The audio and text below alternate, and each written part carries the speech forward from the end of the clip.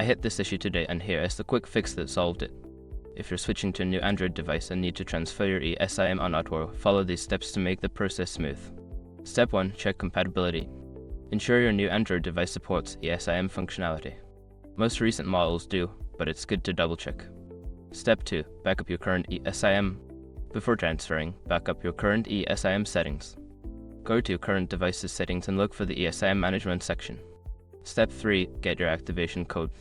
Contact Oppo customer service or visit their website to request your ESIM activation code. This code is essential for activating your ESIM on the new device. Step 4. Install ESIM on new device. On your new Android, go to Settings, Network and Internet Mobile Network Add Carrier. Enter the activation code you received from Outward. Note, if you don't see the Add Carrier option, make sure your device is updated to the latest software version. Step 5. Confirm activation. Once the ESIM is added, restart your new device and check if you have network connectivity. If everything is set up correctly, you should see auto signal bars.